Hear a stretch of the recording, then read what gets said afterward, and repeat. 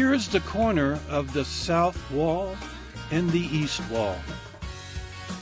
It's also the corner of the Temple Mount. The ancient Herodian stones you can see were left here after the destruction of the temple in 70 AD. To the left, you can see some new windows and new stones. The Heshemite kingdom of Jordan is responsible for the preservation of the site.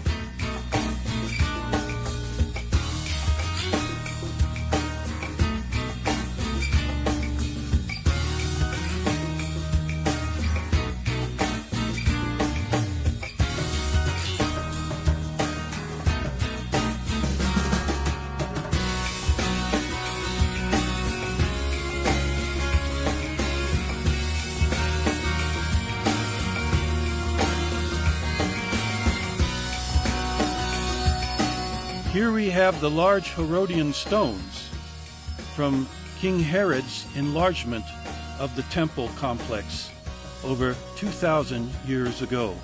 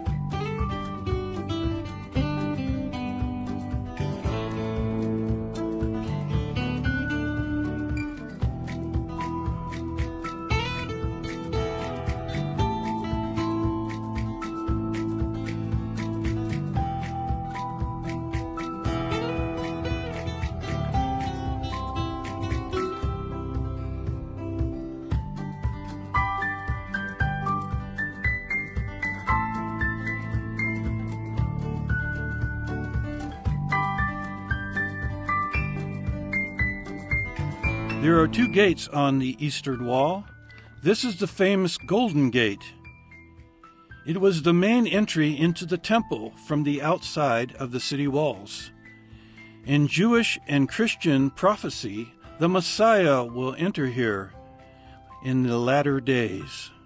Muslims believe a large sword will stretch from the Mount of Olives to this gate at Judgment Day, and only the faithful will be able to walk across its blade into salvation. In Hebrew and in Arabic, this gate is called the Gate of Mercy or Repentance. When Suleiman the Magnificent rebuilt the walls in 1533, this gate was open. But after a few years, the devout Muslims demanded that it be closed up. And so it is closed until the time of Messiah.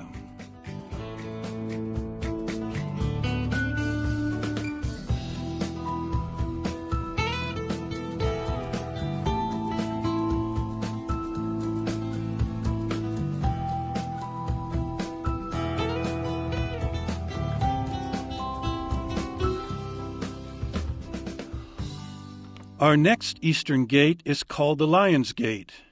A legend has it that a sultan had a dream of lions attacking him, so he built walls to be safe. The other names for this gate is called St. Stephen's Gate or St. Mary's Gate. Nearby are tombs believed to be Mary's and her family's. On each side of the gate are a set of lion carvings. Some say they're leopards and not lions.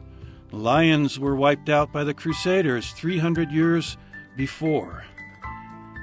And today, there are leopards in Engedi which still survive.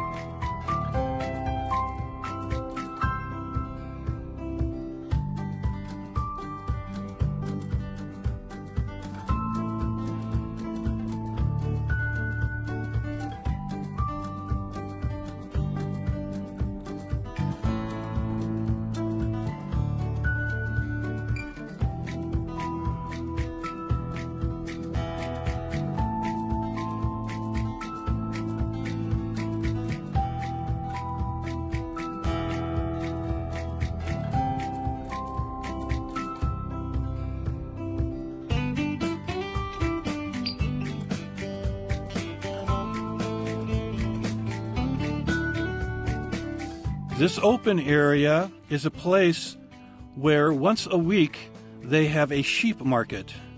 Nearby is a gate on the northern wall, which is called the Sheep's Gate, which we will see later on in our tour.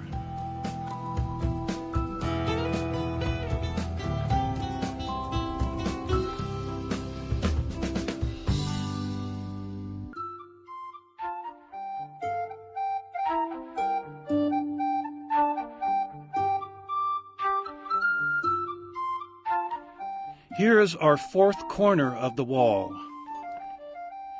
east and north.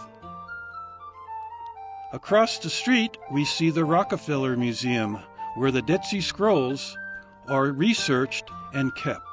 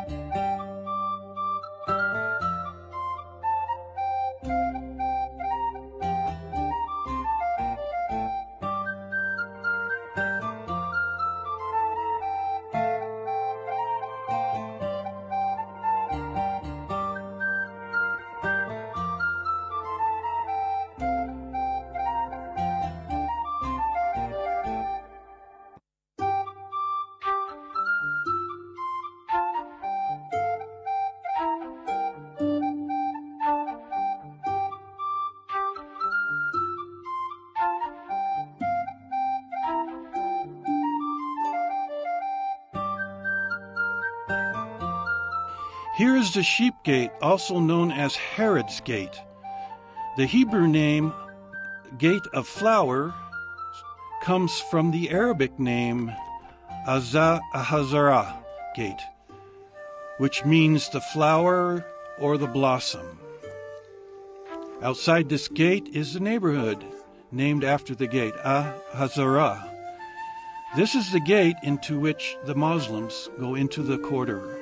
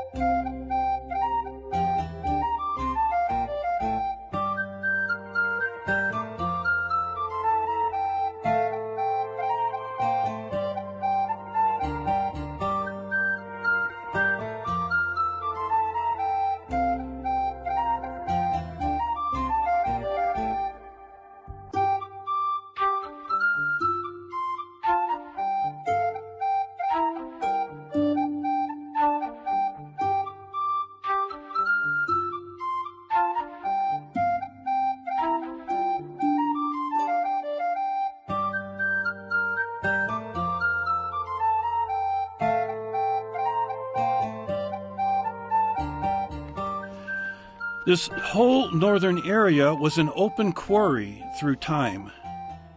Here we have an underground quarries called Solomon's Quarries, or Zedekiah's Caves. King Zedekiah fled the Babylonian army by way of caves, but he was caught later by the Babylonians near Jericho.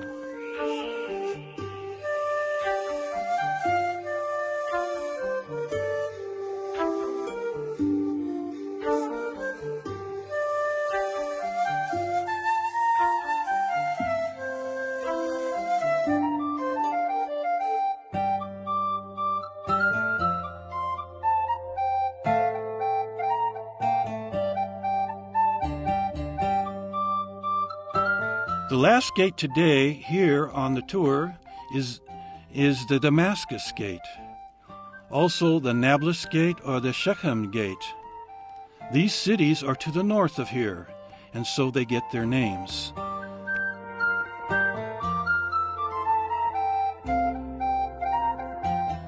The Arabic names are Victory Gate and Pillar or Column Gate. This goes back to the time when there was a column inside of the gate in a large plaza. This was from the Byzantine time. At this point, the Cardo, the main Cardo, the Maximus Cardo, would go from this gate southward towards the Church of Nia, near Mount Zion. Here to the left you see an old Roman gate down below us. Suleiman's building of his gate was on top of the older gates below us. Let's go through this postern gate into the city.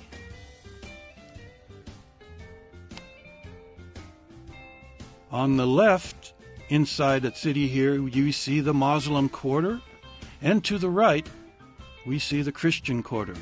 This street separates the two quarters of the north.